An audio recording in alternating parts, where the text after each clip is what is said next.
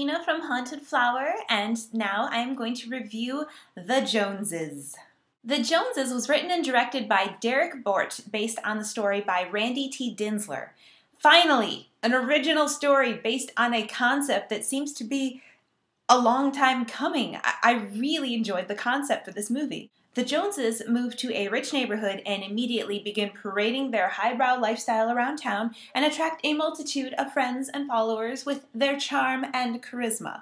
However, in private, this family is not what it seems. I feel very strongly that the trailer campaign for this movie has been sorely lacking. It seems kind of boring and it doesn't tell you much about what the story's about, so I'm afraid it's not going to motivate a lot of people to go out and see it. But I'm going to tell you right now that this is a movie that I enjoyed very much and I think you should go see. I liked it a lot. As hinted by the tagline of the film, they're not just living the American dream, they're selling it.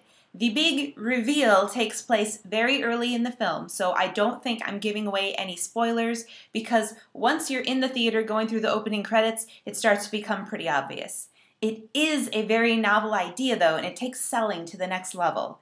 The Joneses are actually very highly skilled employees that are put together in a 4-member unit to sell a lifestyle and a way of life that they lead to all of their neighbors.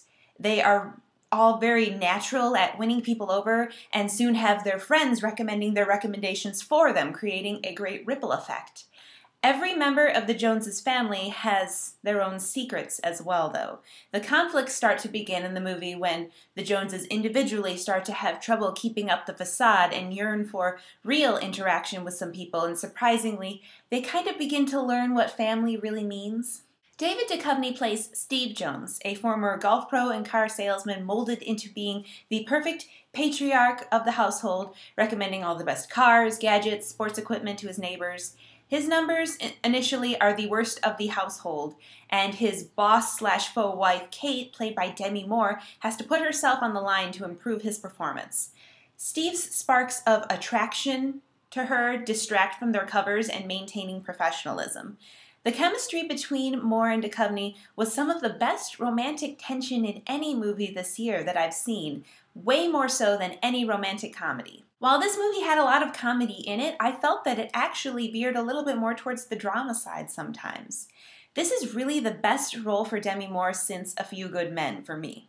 She has had some trouble, in my opinion, finding the right parts, and after becoming a public icon as Mrs. Couture, there has been a growing concern that she'd never really find serious work again. This role was really well suited for her because she is still extremely attractive and she got to use an outward charisma to mix an upper-class hostess zeal with hints of smoldering sultriness in public and exercise a little bit of a more vulnerable emotional side privately. The two children in the unit are Mick and Jen, played by Ben Hollingsworth and Amber Heard. Mick is a model student with all the newest video games, skateboards, and enough electronics to make all the other kids' tongues hang out. He is often one of the more professional out of the group, but begins to be caught off guard with a friendship with a counterculture girl. You might remember Amber Heard as being 406 in Zombieland, and she masters the new girl in town that all the guys want to date and all the girls want to be very well with these coy looks and sexy, lip-biting stuff. Behind the scenes of this household, Jen is a little tenacious sex kitten just eager to play with the big boys, and her behavior becomes very difficult to rein in. Last but certainly not least are the Joneses' neighbors, Larry and Summer, played by Gary Cole and Glenn Headley.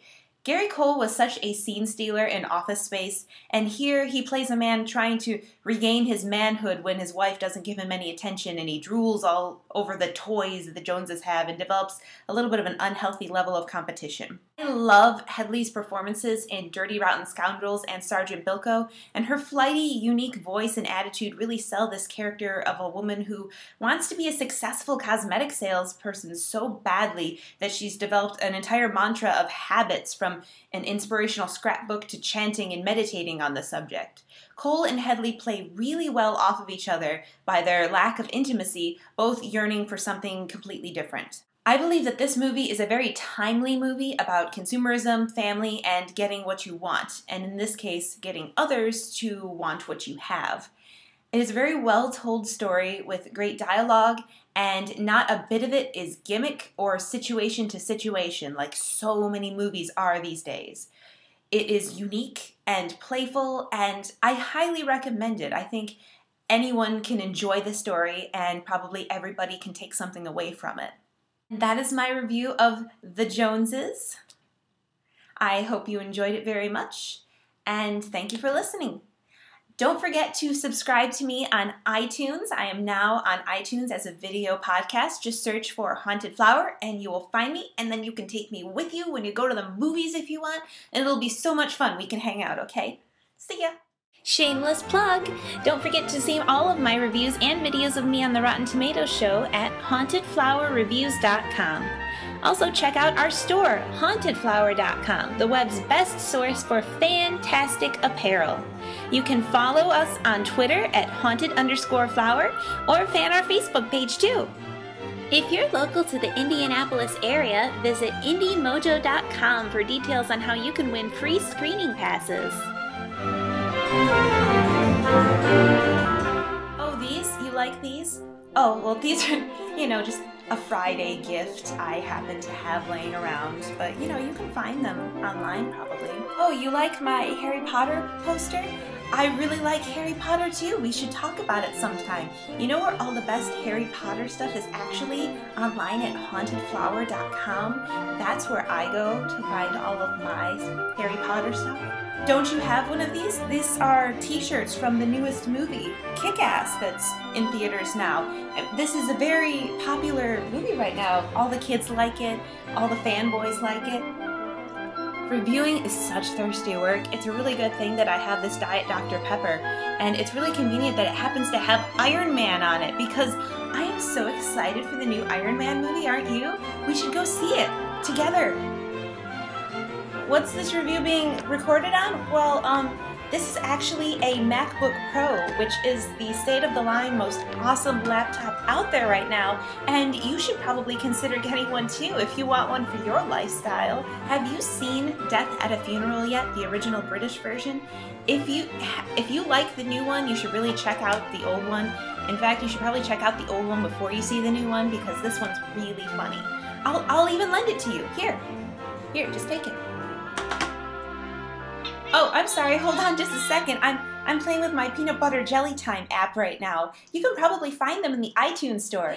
Oh, this is my iPhone. It's fantastic for wherever I am. It's such a convenient thing to help me control my whole life and scheduling while still enjoying a dancing banana man. You ain't talking money, then you're talking no matter.